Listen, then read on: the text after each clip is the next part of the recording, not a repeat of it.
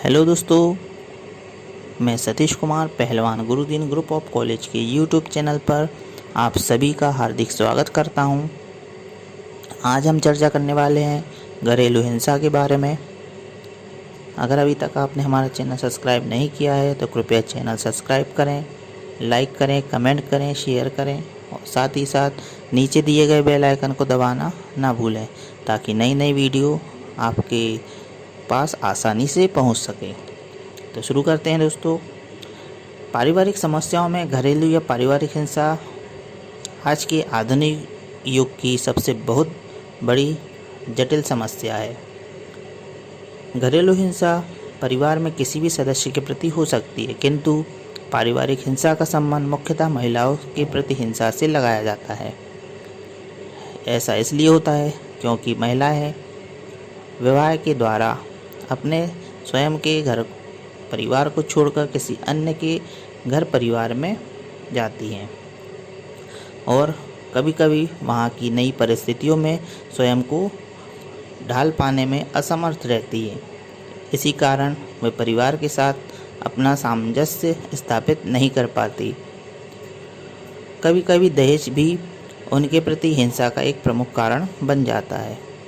पारिवारिक हिंसा के अंतर्गत अन्य सदस्यों के प्रति भी हिंसा की घटनाएं घटित होती है, किंतु यह मुख्यतः महिलाओं के विरुद्ध ही विभिन्न कारणों से होती है। महिलाओं के प्रति हिंसा कोई आज की घटना नहीं है, बल्कि प्राचीन काल से में भी इसके कई उदाहरण देखने को मिलते हैं। जैसे महाभारत काल में युधिष्ठिर द्वारा अपनी पत्नी द्रौपदी को जुए में दांव पर लगाना आदि। दहेज को लेकर नारी को जला देना, हत्या कर देना आज के युग की सबसे बहुत बड़ी समस्या है। सतीत्व के नाम पर देश में महिलाओं को जिंदा जला दिया जाता है। इस प्रकार से महिलाओं का उत्पीड़न व शोषण, उनके साथ मारपीट, गाली गलौज करना, जला देना, हत्या कर देना पारिवारिक हिंसा के अंतर्गत आते हैं। जो महिलाओं के निकट रिश्तेदार जैसे माता पिता, भाई बहन, सास ससुर, देवर, ननद, भाभी या परिवार के किसी भी सदस्य या अन्य व्यक्तियों द्वारा किए जाने वाला हिंसात्मक व्यवहार या उत्पीड़न जो नारी को शारीरिक और मानसिक आघात पहुंचाता है, वह पारिवारिक हिंसा के अंतर्गत आता है। पारिवारिक हिंसा के अंतर्गत पारिवारिक क्षेत्र में महिलाओं के साथ दहेज संबंधी हत्याएं, पत्नी को यातनाएं देना आदि कई प्रकार से हिंसा हो सकती है। घरेलू हिंसा को वर्गीकृत करते हुए हम निम्न प्रकार से व्यक्त कर सकते हैं।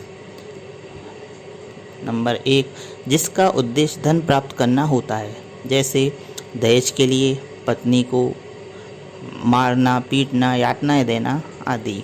इसी प्रकार नंबर 2, जिस हिंसा का उद्देश्य कमज़ोर पर सत्ता कायम करना होता है।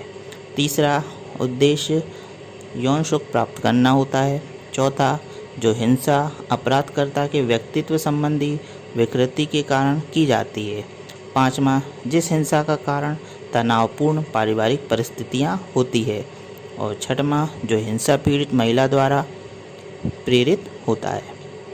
महिलाओं के विरुद्ध हिंसा के एक अन्य वर्गीकरण में हिंसा को मुख्य रूप से 3 भागों में हम बांट सकते हैं। नंबर 1, आपराधिक हिंसा। इसके अंतर्गत बलात्कार, अपहरण आदि आते हैं। 2, घरेलू हिंसा, जैसे दहेज संबंधी, मृत्यु, पत्नी को पीटना, लैंगिक दुर्व्यवहार आदि। 3 आता है सामाजिक हिंसा। इसके अंतर्गत पत्नी एवं पुत्र वधू को भ्रूण हत्या के लिए बाध्य करना, विधवा को सती होने के लिए विवश करना, दहेज के लिए परेशान करना आदि होते हैं। इसी प्रकार घरेलू हिंसा के कुछ प्रमुख कारण भी है। इन कारणों में सबसे पहले पुरुष प्रधानता। भारतीय समाज पुरुष प्रधान है, जिसके कारण घर की संपूर्ण सत्ता उसी के हाथ में होती है। उसकी इस शक्ति का बड़ा दुरुपयोग वह करता है और परिवार के सदस्यों पर अत्याचार करता है। विशेषकर वह पत्नी पर अत्याचार करता है, जिसके कारण घरेलू हिंसा उत्पन्न होने लगती है। दूसरा प्रमुख कारण है अशिक्षा। भारतीय समाज में शिक्षा का अभाव पाया जाता है। इस अशिक्षा के कारण घरेलू आवश्यकताओं की पूर्ति और हितों की रक्षा सुचारू रूप से नहीं हो पाती, जिसके कारण घरेलू हिंसा को प्रोत्साहन मिलता है। तीसरा प्रमुख कारण है सामाजिक कुप्रथाएं। भारतीय समाज में अनेक कुप्रथाएं एवं कुरीतियां आज भी विद्यमान हैं, जो घरेलू एवं बाल विवाह आदि को प्रोत्साहन देती है। इन कुप्रथाओं के परिणाम स्वरूप महिलाओं के प्रति सबसे अधिक हिंसाएं होती है। अगला प्रमुख कारण है महिलाओं के प्रति विद्वेष। भारतीय समाज में पुरुष प्रधान होने के साथ सदैव ही नारी से विद्वेष रखा गया है और उसे अपने से निम्न समझा गया। इस प्रकार पुरुष नारी को अपने समान नहीं समझता है, जिसके कारण घरेलू तनाव बढ़ता है और घरेलू हिंसा को प्रोत्साहन मिलता है। अगला प्रमुख कारण है पारिवारिक तनाव। पारिवारिक तनाव के अंतर्गत जैसे मादक पदार्थों के सेवन, कम आय, संतान का ना होना एवं अन्य विविध कारण हो सकते हैं। इसमें किसी भी कारण से पारिवारिक तनाव होने की स्थिति में घरेलू हिंसा बढ़ने लगती है। इस कारण पारिवारिक तनाव घरेलू हिंसा का एक प्रमुख कारण हो जाता है। अगला प्रमुख कारण है सौतेले माता पिता। भारतीय समाज में जिन परिवारों में सौतेले माता पिता होते हैं, उन परिवारों में घरेलू हिंसा देखने को अधिक मिलती है, क्योंकि माता पिता के अंदर सौतेले पुत्र या पुत्री के लिए वह ममता या अपनत्व नहीं हो सकता है जो अपने स्वयं के पुत्र या पुत्री के लिए होता है। इस कारण संतान और माता के मध्य द्वेष की भावना उत्पन्न होने लगती है। माता सौतेली संतान के प्रति दुर्व्यवहार करने लगती है और उसे प्रताड़ित करने लगती है। इसके परिणाम स्वरूप पति पत्नी के मध्य एवं माता पिता एवं परिवार के अन्य सदस्यों के मध्य तनाव उत्पन्न होने लगता है। यह तनाव इतना बढ़ जाता है कि वह मारपीट का रूप भी धारण कर लेता है। इस प्रकार यह कारण भी घरेलू हिंसा को अधिक प्रभावशाली बनाता है।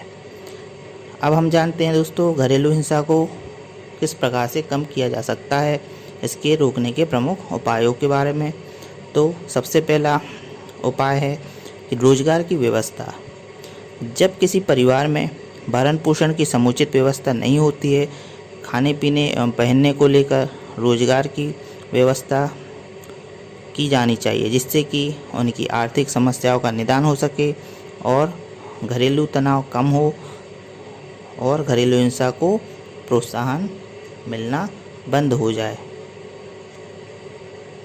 दूसरा, इस हिंसा को रोकने का दूसरा प्रमुख उपाय है शिक्षा की समुचित व्यवस्था करना। घरेलू हिंसा पर नियंत्रण लगाने के लिए समाज के सभी लोगों को शिक्षित किया जाना अति आवश्यक है, जिससे परिवार के संबंधों का समुचित ज्ञान परिवार के सभी सदस्यों को हो सके और अपने मन में कभी भी हिंसात्मक कार्रवाई की बात उत्पन्न ना हो सके। तीसरा उपाय है आवास की समस्या। जब परिवार के सदस्यों के पास आवास की व्यवस्था नहीं होती है, तब घरेलू हिंसाएं अधिक होती है। भारतीय समाज में सरकार एवं स्वयं संगठनों द्वारा महिलाओं के आश्रम की व्यवस्था की जा रही है, जिसमें ससुराल से निकाली गई महिलाओं, निराश्रित महिलाओं एवं समाज द्वारा प्रताड़ित महिलाओं आदि को आश्रय प्रदान करने का कार्य किया जाता है। इस प्रकार महिलाओं संबंधी घरेलू हिंसाएं कम होगी। चौथा उपाय है महिला संगठनों की स्थापना। भारतीय समाज में अधिक से अधिक महिला संगठन की स्थापना की जानी चाहिए। इन संगठनों द्वारा परिवार और अपने पतियों से पीड़ित महिलाओं को अत्याचारों से मुक्ति दिलाने, उन्हें आवश्यकता अनुसार सहयोग देने तथा नैतिक आत्मबल प्रदान करने, उनके आत्मविश्वास के विकास को बढ़ाने आदि के संबंध में अनेक प्रयास किए जाने चाहिए, जिससे घरेलू हिंसा में रोकथाम में मदद मिल सकती है। अगला प्रमुख उपाय है महिला न्यायालयों की स्थापना। महिलाओं के लिए पृथक रूप से महिला न्यायालयों की स्थापना की जानी चाहिए, जिसमें परिवार द्वारा सताई गई महिलाओं के साथ पूर्ण न्याय किया जाना चाहिए और अपराध के लिए दंड की व्यवस्था की जानी चाहिए। इस प्रकार दंड से भयभीत होकर प्रताड़ित महिला के घर के अन्य सदस्य कभी भी महिला के विरुद्ध कोई हिंसात्मक कार्रवाई नहीं करेंगे और इस प्रकार महिला न्यायालयों के द्वारा घरेलू हिंसा पर नियंत्रण लगाया जा सकता है। अगला उपाय है वैचारिक परिवर्तन। समाज एवं परिवार के लोगों के विचारों में परिवर्तन करके ही घरेलू हिंसा को अंत किया जा सकता है। व्यक्ति के विचारों में परिवर्तन तभी होगा जब वह संकीर्ण विचारों से निकलकर अच्छे, स्वस्थ और मानवतापूर्ण चिंतन की ओर बढ़ेगा। परिवार के सदस्यों के विचारों में इस प्रकार के परिवर्तन होने चाहिए जिससे कि वे आपस में सुखमय जीवन व्यतीत कर सके। पति पत्नी एक दूसरे को आपस में अपना समझे और परिवार के सभी सदस्यों में पूर्ण रूप से जब हम की भावना जागृत होगी तभी घरेलू भावना का विकास होगा और तभी सदस्य एक दूसरे के साथ सद्व्यवहार करेंगे। इस प्रकार दोस्तों हमने आज जाना घरेलू हिंसा के बारे में, उसके इस हिंसा को प्रमुख कारणों के बारे में और हिंसा को रोकने के उपायों के बारे में। तो दोस्तों वीडियो कैसा लगा कमेंट करके अवश्य बताएं। नई वीडियो के साथ मैं आपके समक्ष पुनः उपस्थित होऊंगा। तब तक के लिए नमस्कार, धन्यवाद।